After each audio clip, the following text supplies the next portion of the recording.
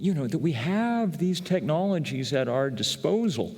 The ability to use Twitter and Flickr and email and the web and things are great helps. They are no substitute, as you can tell, for also getting people out in the flesh. You have to use them to build that real world presence, and so we do.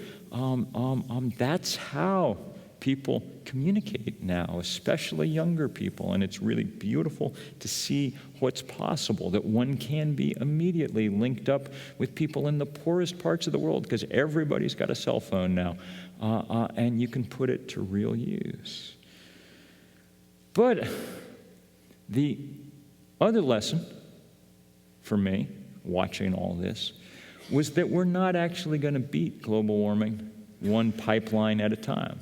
Important as this work is, we have to figure out how to go deeper and harder into the center of that economy and into the center of the fossil fuel industry and really fight it. So this summer, and this is work that we need your help with every place around the country, this summer the project is to end the direct subsidy that the federal government gives each year to the fossil fuel industry.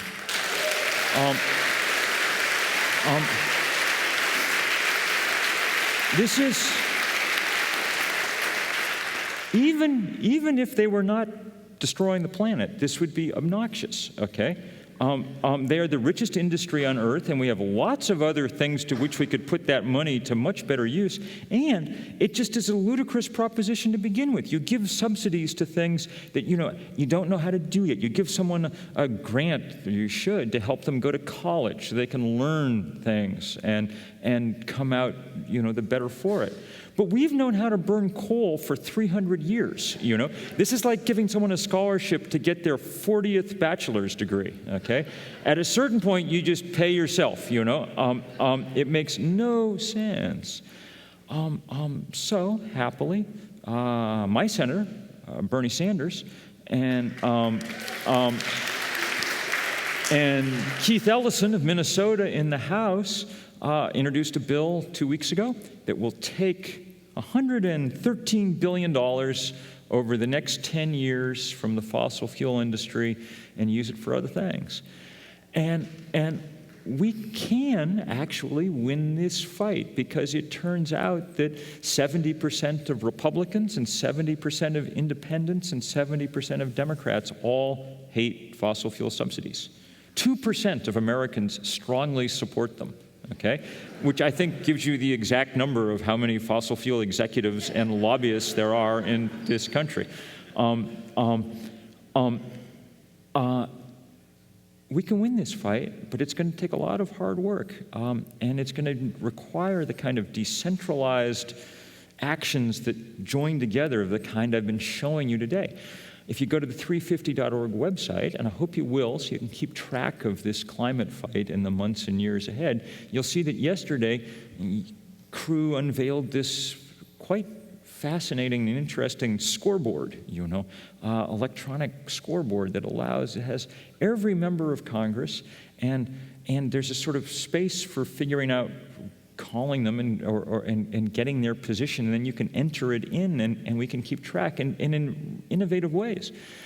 You can take your cell phone with its ability to take movies, and at your next town hall with your representative, you can say, would you support getting rid of fossil fuel subsidies?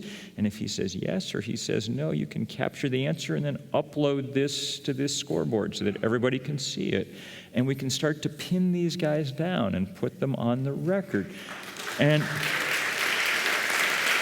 once we've done that, then we're going to try and shame them, okay, the ones who won't go along. Because if you're going to take money from the fossil fuel industry and then give them presents, if you're going to take their money, then you should be proud of it, You should be, when they're NASCAR drivers, they wear their allegiance on their sleeve, like literally, okay? They're proud to be, racing for, if there's Kentucky Fried Chicken, they put a big chicken on the front of the car, They're pleased with it.